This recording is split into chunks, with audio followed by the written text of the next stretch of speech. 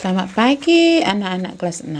Kali ini kita belajar kembali tema 4 globalisasi, subtema 3, KD 3.2 dan 4.2. Adapun tujuan pembelajaran kita pada hari ini adalah dengan memperhatikan video pembelajaran, siswa mampu yang pertama, mengidentifikasi ciri-ciri kosakata baku pada teks yang dibacakan. Yang kedua, menulis informasi penting dari teks eksplanasi yang dibaca dalam bentuk tulisan dan visual dengan kalimat efektif dan kosakata baku dengan sistematis. Kata baku adalah sebuah kata yang digunakan dengan pedoman atau kaidah bahasa yang ditentukan dalam Kamus Besar Bahasa Indonesia atau KBBI. Biasanya digunakan untuk penulisan atau pengungkapan kata yang bersifat resmi, baik dalam tulisan ataupun dalam pengungkapan kata. Sedangkan kata tidak baku atau non-baku adalah kata yang digunakan tidak sesuai dengan kaidah atau pedoman bahasa yang telah ditentukan. Umumnya, kata tidak baku sering digunakan dalam percakapan sehari-hari. Ciri-ciri kata baku. 1. Kata baku tidak dipengaruhi oleh bahasa daerah atau bahasa asing. 2. Pada pemakaian imbuhan, kata baku ini bersifat eksplisit. 3. Baku adalah bahasa percakapan. 4. Kata baku digunakan sesuai dengan konteks kalimat. 5. Kata baku tidak terkontaminasi atau tidak rancu. Sedangkan ciri-ciri kata tidak baku, 1. Biasanya digunakan dalam bahasa sehari-hari. 2. Sudah dipengaruhi oleh bahasa asing dan daerah. 3. Sudah dipengaruhi oleh perkembangan zaman. 4. Bentuknya mudah berubah-ubah. Contoh dalam kalimat efektif kata baku adalah, pada hari ini saya akan makan siang di rumah.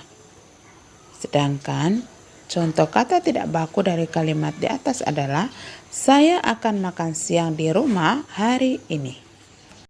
Nah, anak-anak biasanya dalam sebuah teks ada yang dikenal dengan teks rumpang. Apa itu teks rumpang? Teks rumpang berarti ada bagian teks yang masih kosong. Kamu dapat melengkapi bagian tersebut dengan mengikuti langkah-langkah sebagai berikut. Yang pertama, bacalah teks yang ada dengan cermat. Kedua, temukan topik atau permasalahan yang dibahas dalam teks tersebut. Ketiga, perhatikan sebelum dan sesudah bagian yang rumpang. 4. Lengkapilah bagian rumpang tersebut dengan menghubungkan bagian sebelum dan sesudahnya. 5. Pastikan kamu menggunakan bahasa Indonesia yang baik dan benar dengan memperhatikan pedoman umum ejaan bahasa Indonesia. Baiklah anak-anak, untuk teks rumpang anak-anak coba buka bukumu halaman 114 dan 115. Sudah? Baiklah, kalau sudah, di situ ada sebuah teks yang berjudul Teknologi Hijau di Era Globalisasi. Itu di paragraf 1, ada paragraf 2. Nah, di paragraf 2 itu ada teks paragraf atau kalimat itu kan masih kosong, ada titik-titik. Nah, itu namanya teks rumpang. Nah, itu yang harus diisi oleh anak-anak. Nah, bagaimana mengisinya? Perhatikan kembali penjelasan Ibu tadi, langkah-langkah mengisi teks rumpang. Bisa dipahami anak-anak? Kalau sudah, Di halaman 115 itu kan perhatikan penggunaan kosakata baku dan kalimat efektif pada tulisanmu. Nanti kamu tulis kembali, salin kembali teknologi hijau yang sudah lengkap tuh teks rumpangnya. Oke, tulis kembali di situ tulisan yang rapi, bahasa dengan menggunakan kosakata yang baku.